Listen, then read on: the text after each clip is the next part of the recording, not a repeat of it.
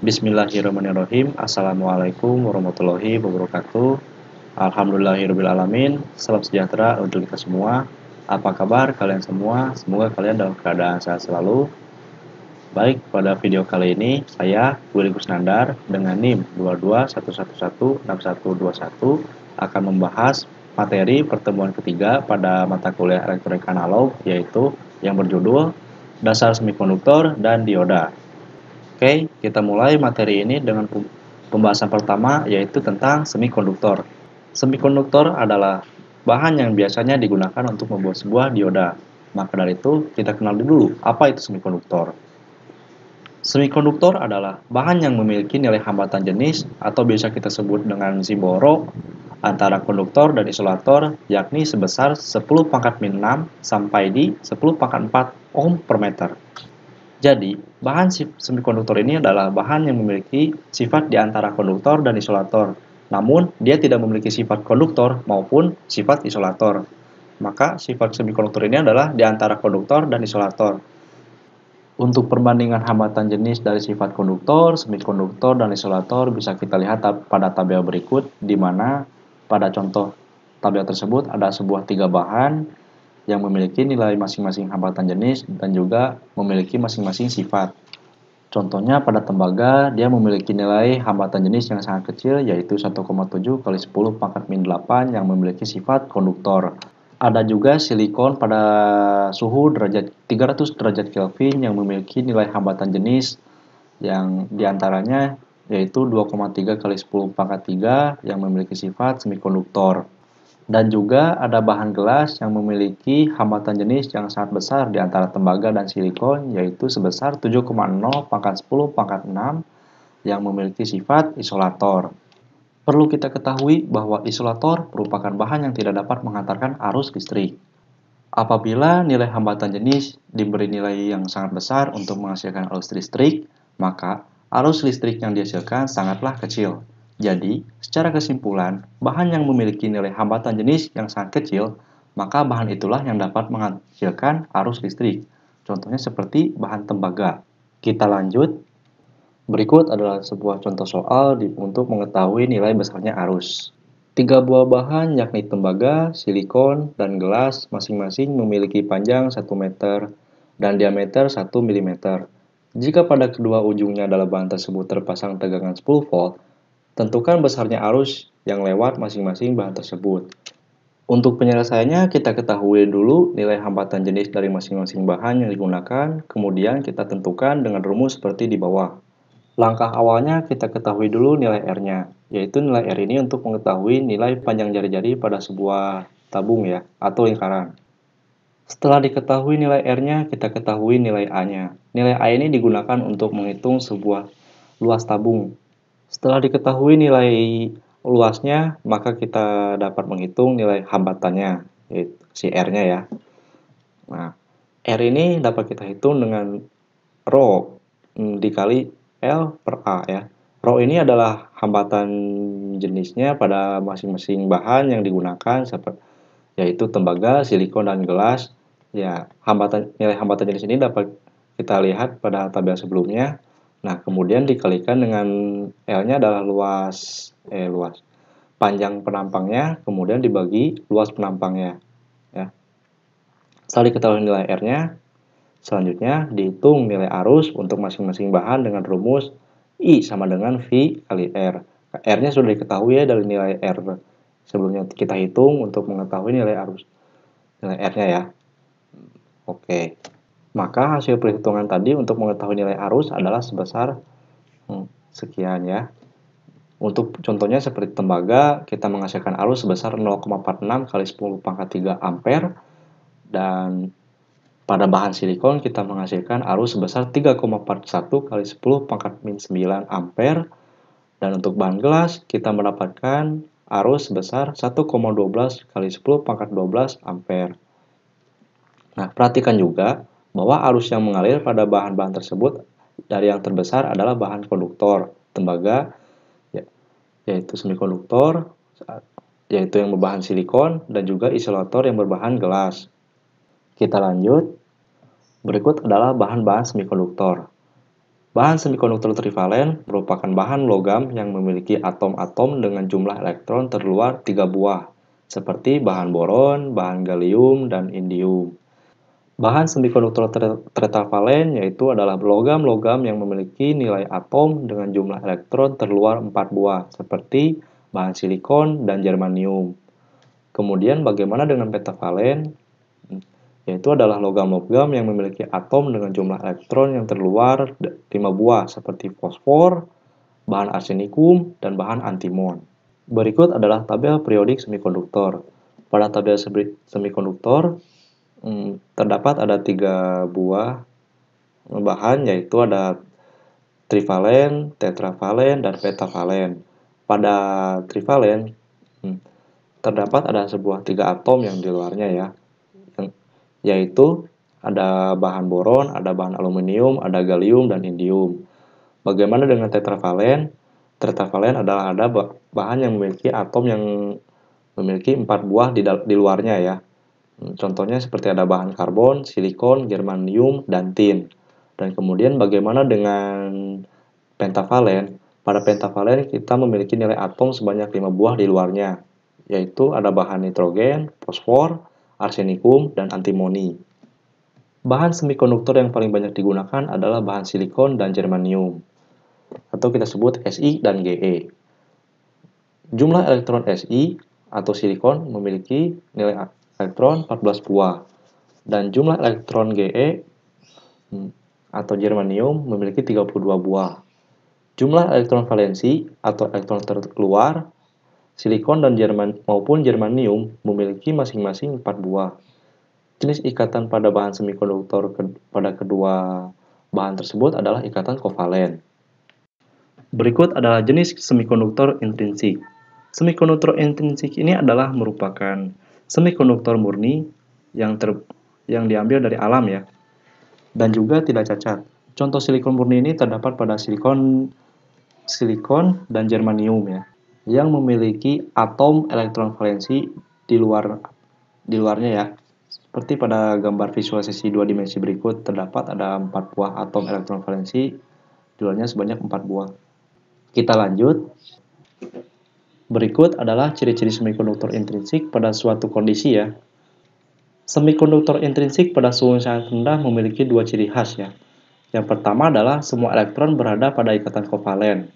Yang kedua adalah tak ada elektron bebas atau tak ada pembawa muatan sehingga bersifat sebagai isolator.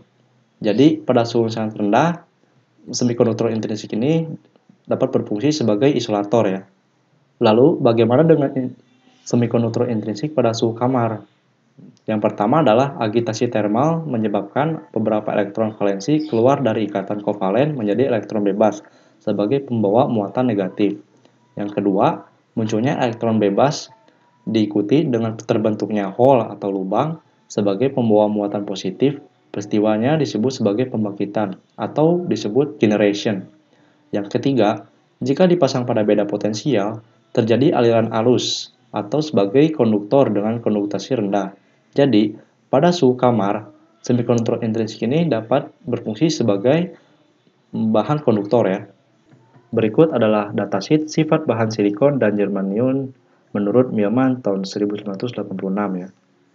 Perlu kita ketahui, untuk mengetahui nilai hambatan jenisnya, kita melihat spesifikasi dari konsentrasi intrinsik pada 300 derajat Kelvin atau Ni per cm pangkat min 3, yaitu pada hambatan jenis pada silikon memiliki nilai 1,5 kali 10 pangkat 10 dan germanium memiliki hambatan jenisnya sebesar 2,5 kali 10 pangkat 13. Itu saja ya.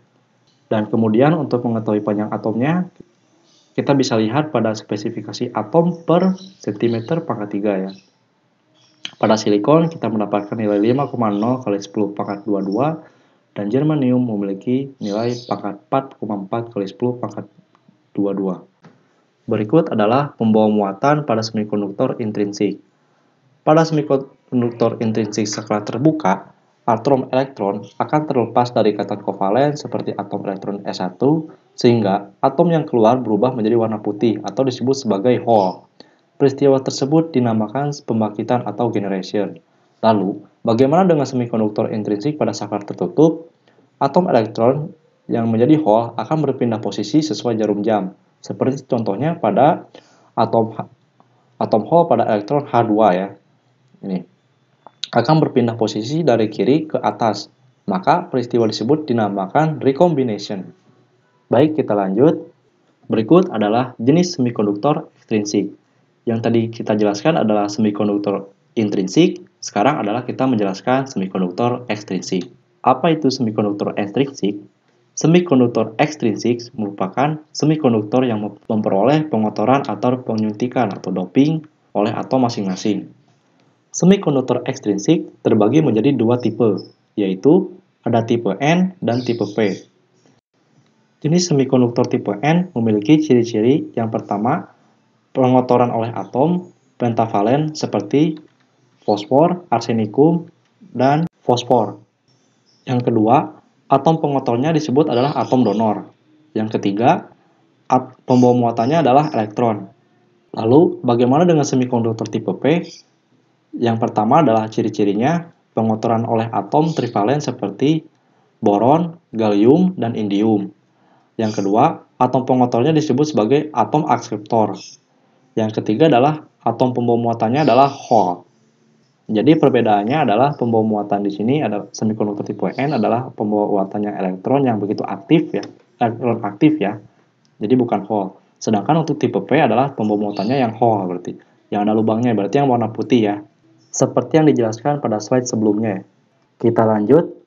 Tujuan doping yaitu untuk meningkatkan konduktivitas semikonduktor dan memperoleh semikonduktor dengan hanya satu pembawa muatan elektron atau hole saja. Lalu, bagaimana dengan perbandingan dopingnya?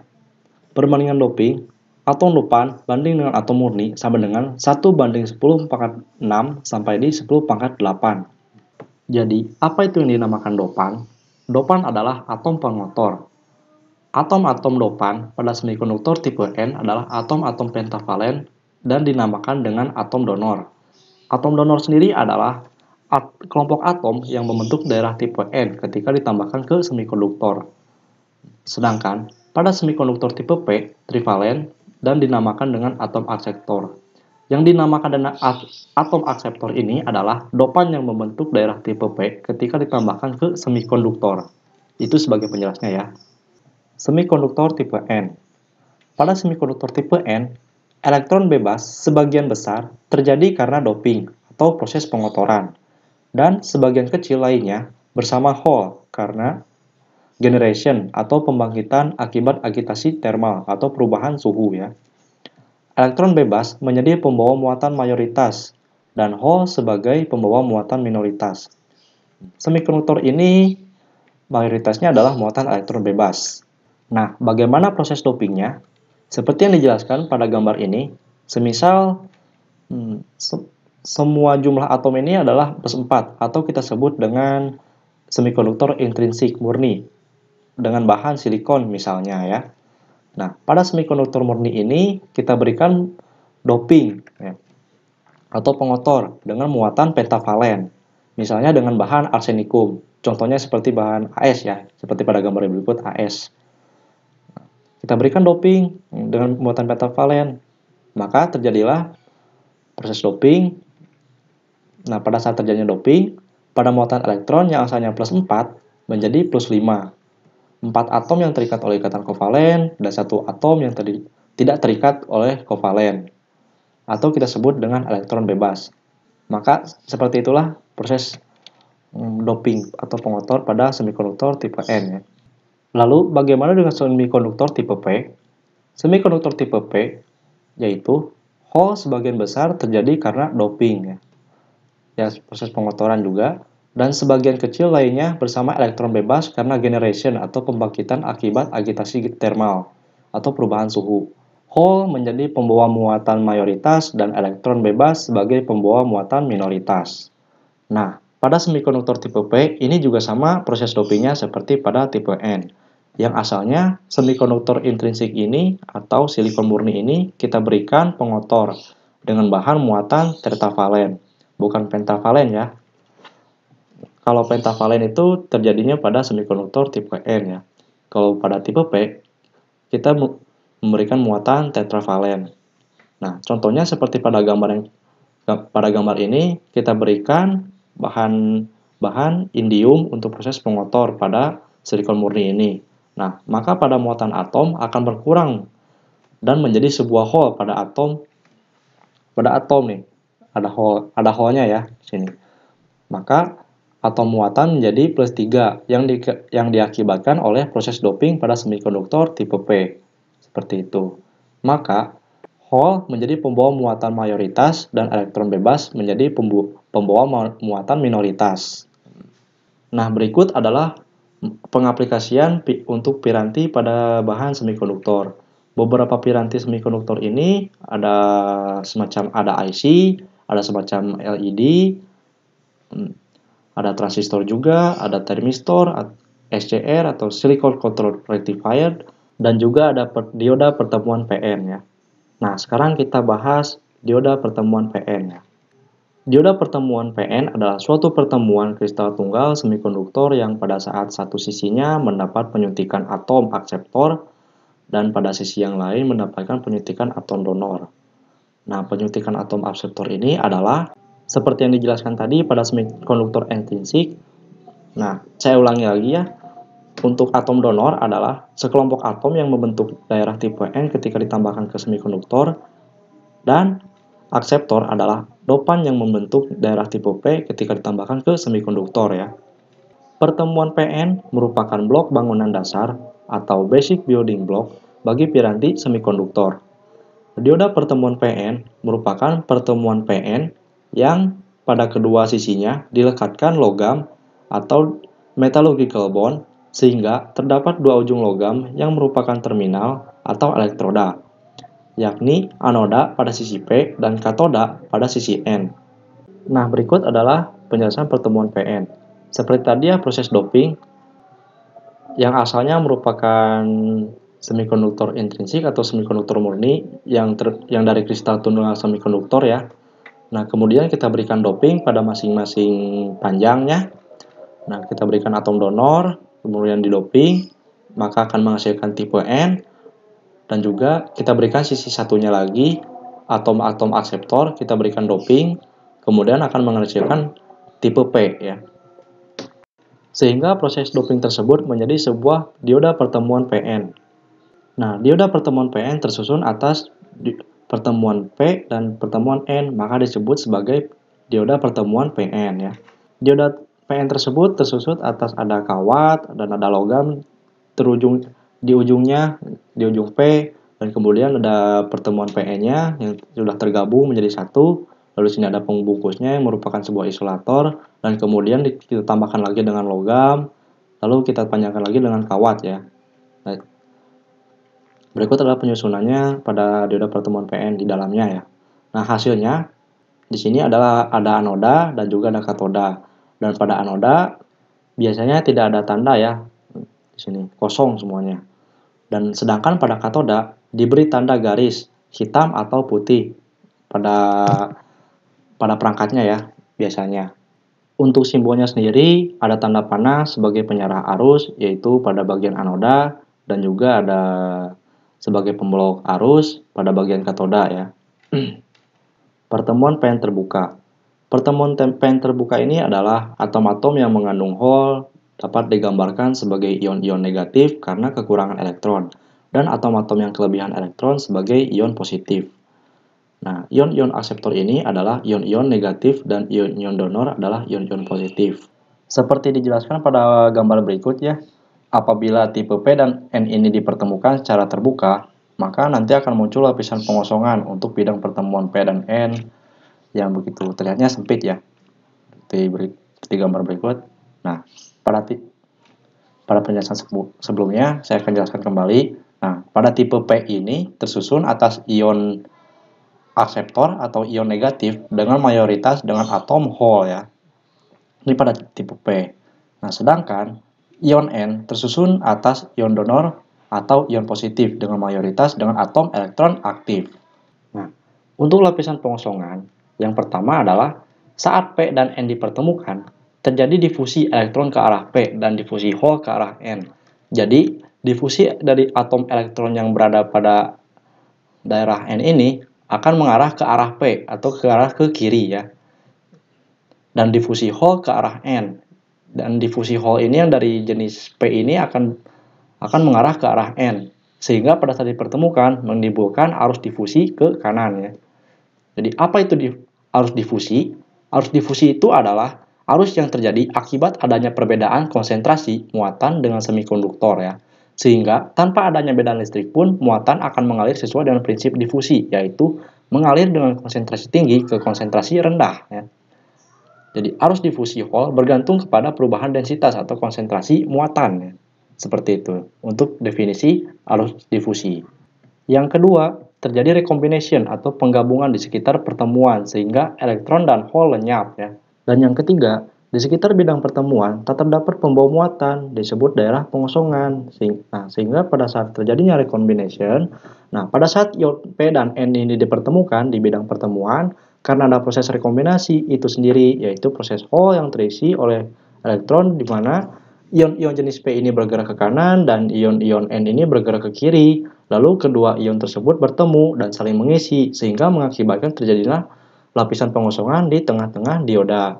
Maka disitulah timbulnya adanya lapisan pengosongan pada sebuah dioda. Kemudian bagaimana dengan tegangan penghalang?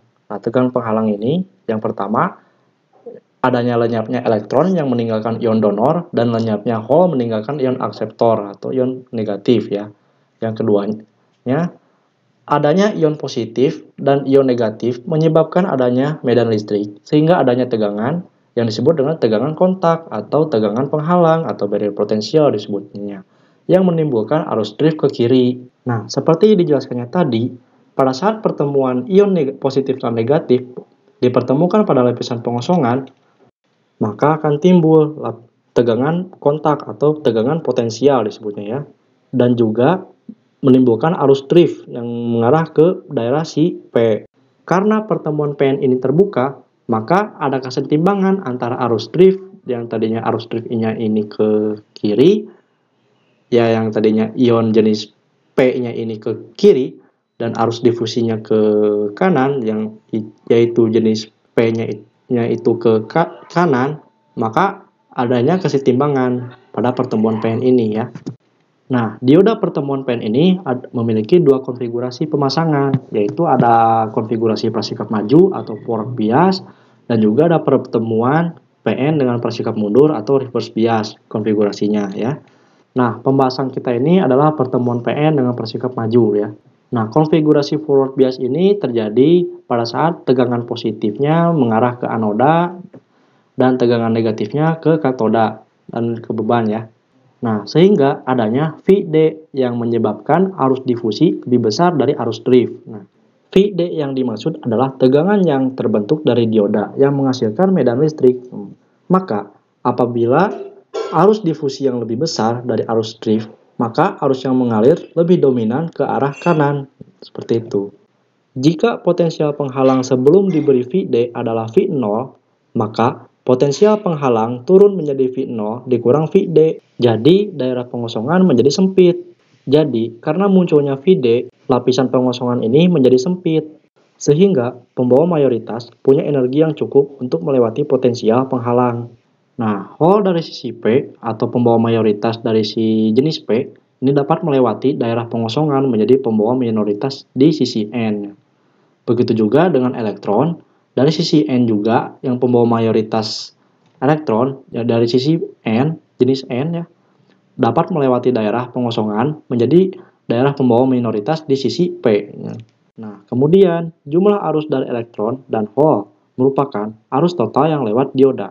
Jadi, arus yang nanti masuk dari anoda nanti akan menghasilkan arus yang masuk dari katoda. Namun, bukan arus dan tegangan sumber yang keluar dari tegangan katoda, tetapi arus yang keluar adalah proses pergerakan dari hole dari P dan ke N dan elektron aktif dari N ke P yang tergabung dengan arus sumber yang nantinya akan menghasilkan arus keluaran dari katoda itu sendiri. Setelah penjelasan forward bias, sekarang kita penjelasannya ke reverse bias atau prasikap mundur. Konfigurasi untuk pertemuan PN dengan prasikap mundur bisa kita lihat pada gambar berikut, di mana tegangan positif ini menyatu dengan beban, lalu disambungkan ke katoda, ke jenis N, lalu dikeluarkan oleh anoda, dan kita sambungkan lagi ke tegangan negatif ya. Nah, untuk reverse bias, hole pada sisi P bergerak ke kiri dan elektron pada sisi N bergerak ke kanan. Jadi hole pada sisi P ini bergerak ke kiri. Jadi si P ini bergerak ke kiri dan pada si elektron ini bergerak ke kanan. Dan daerah pengosongan menjadi melebar. Jadi si P dan si N ini saling menjauhi gitu kan. Nah, sehingga menghasilkan potensial penghalang menjadi V0 tambah VD. Maka intinya tidak ada arus yang lewat di bidang pertemuan karena si P dan si N ini saling menjauhi sehingga lapisan pengosongan menjadi melebar seperti itu ya. Kemudian karena daerah pengosongan pada dasarnya merupakan semikonduktor intrinsik, agitasi termal atau perubahan suhu dapat menyebabkan terjadinya generation atau pembangkitan sehingga muncul pasangan elektron dan hole pada daerah ini. Kemudian pengaruh medan listrik yang terpasang terhadap adanya elektron dan hole di daerah pengosongan menyebabkan terjadinya arus yang arahnya dari katoda ke anoda disebut arus balik saturasi yang besarnya 10⁻⁸ sampai 10⁻⁻14 ampere. Jadi sebenarnya ada arus yang dihasilkan dari konfigurasi reverse bias ini. Namun arus yang dihasilkan ini sangatlah kecil. Yang seperti seolah-olah arus yang dihasilkan ini adalah sebesar 10⁻⁻14 ampere atau sekitar 10 miliampere atau sekitar 0,00000 sampai 14 ampere ya. 0,0141 ampere ya. Seperti itu. Jadi, kenapa tidak ada arus yang keluar? Karena elektron dan hole saling menjauhi pada saat pertemuan P dan N, sehingga lapisan pengosongan menjadi melebar.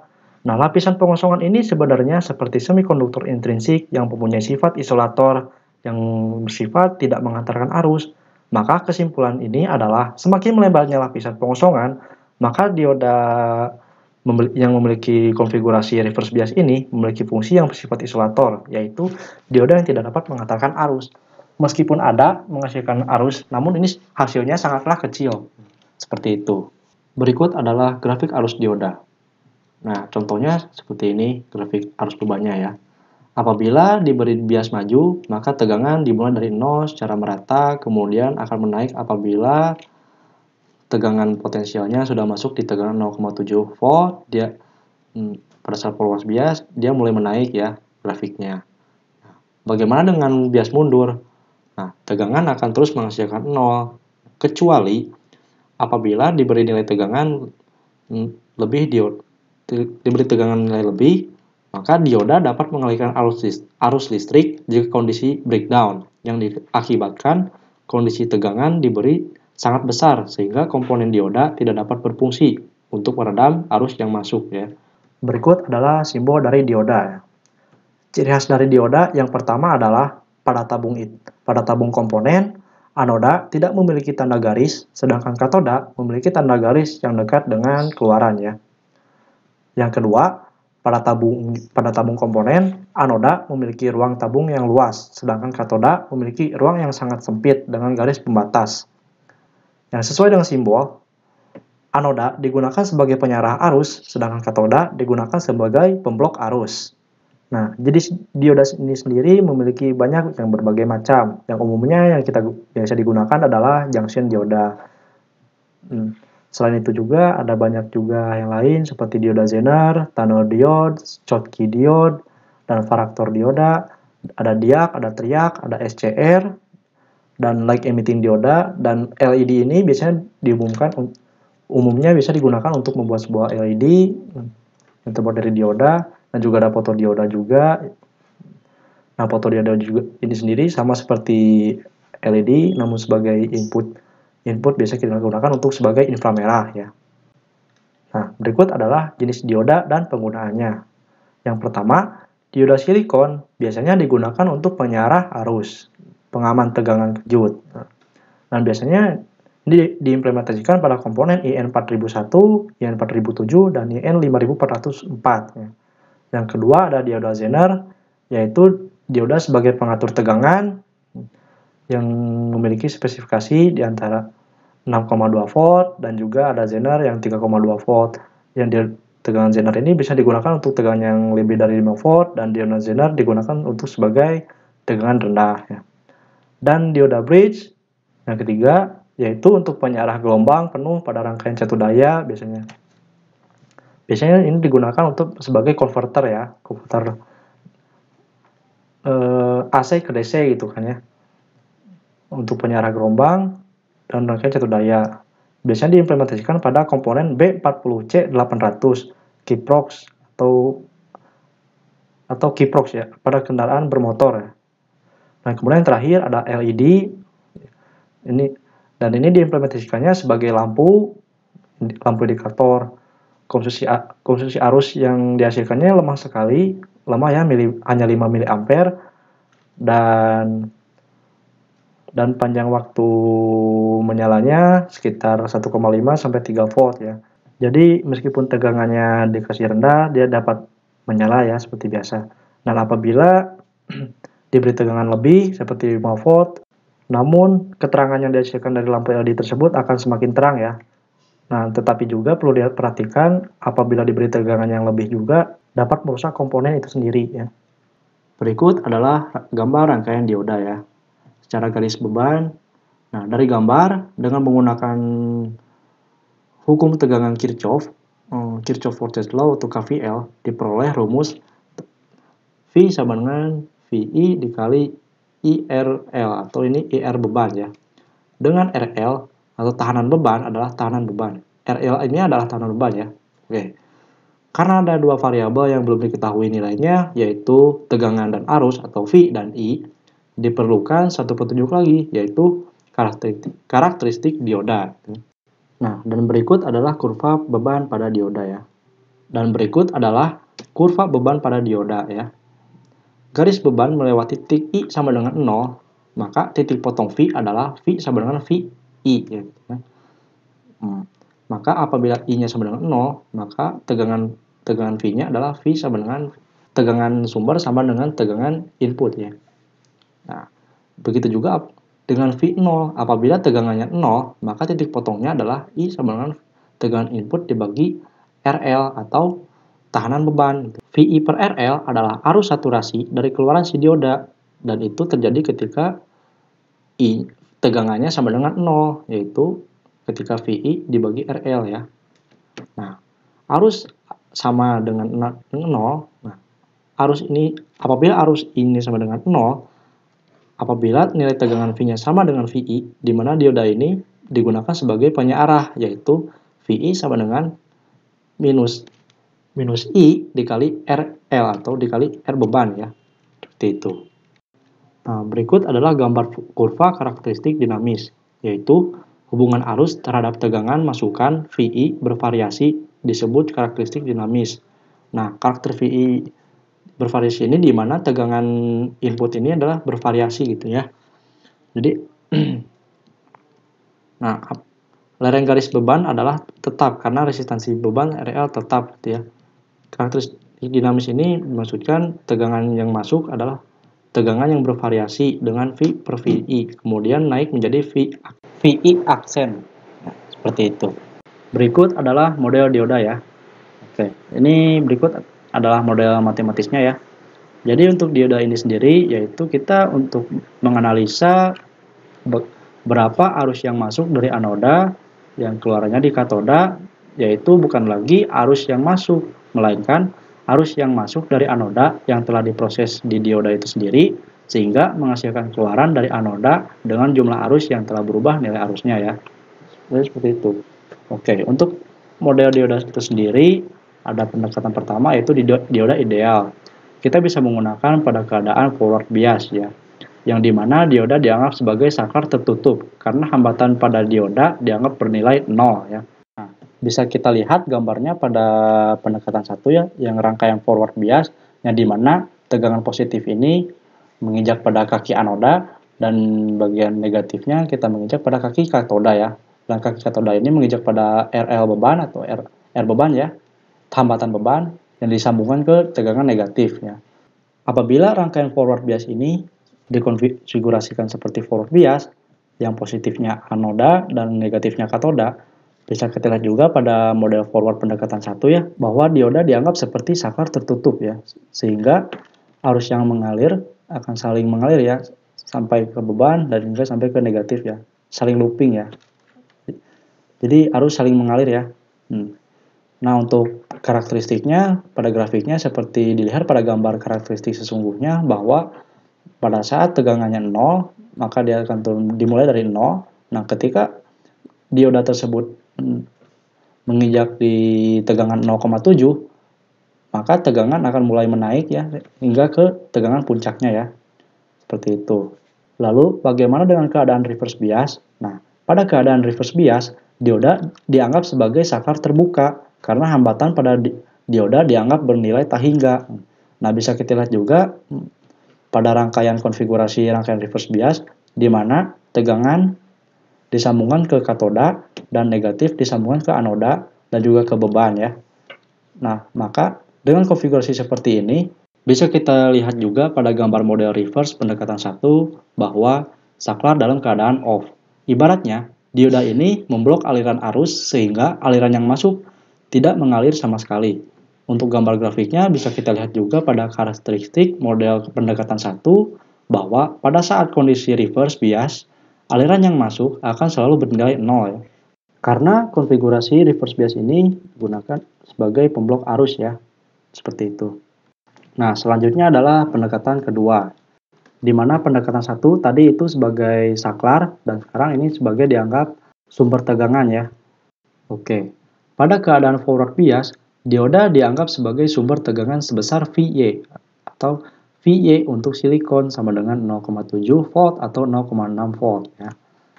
Itu untuk bahan silikon. Sedangkan untuk bahan germanium adalah sebesar 0,2 volt atau 0,3 volt ya.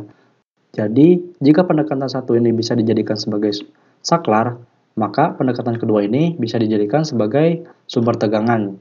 Oke, bisa kita lihat juga pada rangkaian forward biasnya, yang dimana tegangan positif ini nyambung ke anoda dan bagian katodanya nyambung ke rangkaian beban dan kemudian nyambung ke tegangan negatif sumber ya. Dan kemudian bisa kita lihat juga untuk pendekatan forward bias yang dianggap sebagai sumber tegangan, model forward pendekatan 2 yang dimana dioda ini memiliki tegangan sumber bernilai tegangan sumber juga ya, dan berbagai macam tergantung dari bahan yang digunakan ya, baik itu silikon maupun germanium. Nah, untuk grafiknya bagaimana? Bisa kita lihat pada gambar karakteristik sesungguhnya, yang dimana pada saat kita tegangan dan arusnya itu adalah bernilai 0, maka tegangan dan arus akan bernilai 0 terus. Nah, apabila pada saat 0 tegangan ini dinaikkan dan apabila pada saat tegangan menginjak sampai 0,7, maka arus akan menaik hingga ke puncaknya sesuai dengan arus sumber tegangan ya. Nah, mungkin saja pada saat arus keluar yang dikeluarkan dari dioda tidak akan sesuai dengan arus sumber karena sudah melakukan perubahan dari proses dioda tersebut ya. Lalu bagaimana pada keadaan reverse bias? Nah, pada keadaan reverse bias, dioda dianggap sebagai saklar terbuka karena hambatan pada dioda dianggap bernilai tak hingga. Bisa kita lihat juga pada rangkaian reverse bias di mana yang positif menyambung ke kaki katoda dan yang negatif menyambung ke anoda dan juga hambatan beban ya. Nah, bisa kita lihat juga pada rangkaian model reverse pendekatan 2 yang dimana pada saat terjadinya saklar off, rangkaian tidak mengalirkan arus dari tegangan sumber ya. Jadi ibaratnya dia memblok arus yang masuk dari tegangan sumber. Nah, untuk grafiknya bisa kita lihat pada karakteristik model pendekatan 1. Apabila arus dan tegangan diberi 0, maka dia akan memberikan 0. Dan apabila tegangan tersebut menginjak di 0,7, maka tegangan tersebut akan naik hingga ke arus. Hingga akan mengalirkan arus tegangan ya. Karena ini pendekatan kedua yang dimana dioda ini sebagai sumber tegangan sebesar bahan tegangan yang dihasilkannya, maka dioda tersebut dapat mengalirkan arus tegangan. Namun tegangan yang dihasilkan ini sangatlah kecil ya, hanya 0,7 tergantung dari bahan yang digunakan seperti silikon ataupun germanium. Nah, berikut adalah pendekatan ketiga.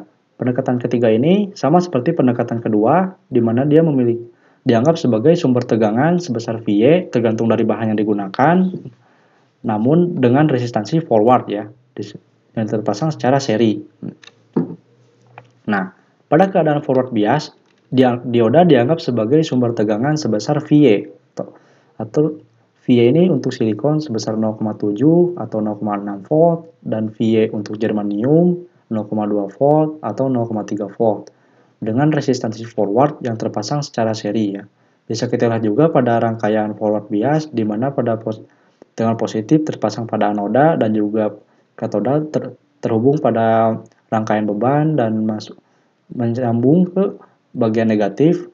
Nah, bisa kita lihat juga pada model forward perkatan 3, model forwardnya di mana dioda tersebut ada tegangan sumber dan ada resistansi beban ya, atau resistansi forward. Nah, sehingga karakteristik sesungguhnya bisa kita lihat juga sama seperti pendekatan 1 dan kedua ya. Jadi pada saat 0,7 dia menaik secara smooth ya. Oh ya, mohon maaf untuk lebih baiknya ya grafiknya karakteristik sesungguhnya adalah seperti ini ya. Seperti pada gambar. Nah, bagaimana pada saat keadaan reverse bias? Nah, pada saat keadaan reverse bias, dioda dianggap sebagai resistansi reverse. Nah, pada saat resistansi rangkaian reverse bias, bisa kita lihat pada rangkaiannya, yang dimana positif menyambung ke katoda, dan anoda menyambung ke rangkaian beban, dan terhubung ke negatif, dan bisa kita lihat juga pada model reverse pendekatan 3-nya, yang dimana pada saat model reverse ini hanya terdapat reverse forwardnya saja ya. Kalau yang tadi model pendekatan yang forward biasnya ada tegangan VA-nya, yang pendekatan reverse biasnya tidak ada tegangan VA ya, tidak ada. Jadi bisa kita lihat pada grafiknya, pada karakteristik model pendekatan ketiga, pada saat menghasilkan tegangan, dia menghasilkan minus dahulu, kemudian masuk ke 0, dan kemudian masuk ke 0. Pada saat menginjak ke 0,7 tegangannya, arus akan semakin menaik ya, hingga ke puncaknya. Seperti itu. Nah, berikut adalah contoh soalnya. Nah, perhatikan rangkaian dioda di samping ini, gambarkan rangkaian pengganti atau rangkaian ekuivalen dan hitung besarnya tegangan dan arus dioda menggunakan pendekatan 1, pendekatan 2, dan pendekatan 3. Yang dimana sumber tegangan ini memiliki VI-nya ada 10 volt dan reverse forward-nya 2,5 ohm, dan dioda ini memiliki bahan silikon dan rangkaian bebannya adalah 100 ohm. Baik, kita jawab dengan pendekatan 1 dahulu. Di mana pendekatan 1 ini dia hanya digunakan sebagai saklar ya. Jadi dia tidak berpengaruh untuk perubahan pada keluaran arus keluarannya ya. Oke. Jadi kita menggunakan rumus ID sama dengan Vin dibagi RL, di mana Vin ini adalah tegangan masukan dan RL ini adalah rangkaian beban. Jadi tinggal masukkan saja 10 volt dibagi 100 ohm, maka akan menghasilkan 0,1 ampere ya. Nah, bagaimana dengan pendekatan kedua? Pada pendekatan kedua ini, dioda dianggap sebagai tegangan sumber ya. Jadi, tegangan sumber ini memiliki dua ya. Jadi, tegangan sumber ini adalah bervariasi. Jadi, kita tentukan rumusnya dengan rumus ID sama dengan Vin dikurangi Vy dibagi RL. Dan di mana Vin ini adalah tegangan sumber dikurangi Vy. Vy ini adalah tegangan sumber dari dioda itu sendiri ya. Yang di mana bahan dioda yang digunakan ini adalah bahan silikon yang memiliki tegangan sumber 0,7 sampai dengan 0,6 volt ya. Jadi kita masukkan aja Vin yaitu 10 volt dikurangi Vd sama dengan 0,6 volt ya. Yang kita gunakan ini adalah 0,6 volt silikon, lalu dibagi dengan R beban ya. R load yaitu 100 ohm, maka akan menghasilkan arus sebesar 0,094 ampere. Lalu bagaimana untuk pendekatan ketiga? Pendekatan ketiga ini di mana kita menentukan tegangan sumber dengan resistansi forward. Kita ketahui dulu spesifikasi dioda. RF-nya sebesar 2,5 ohm dan ini berbahan silikon, maka tegangan sumbernya adalah 0,6 volt ya. Kita masukkan saja menggunakan rumus ID sama dengan Vin dibagi Vd atau Vy dibagi R beban ditambah RF sama dengan 10.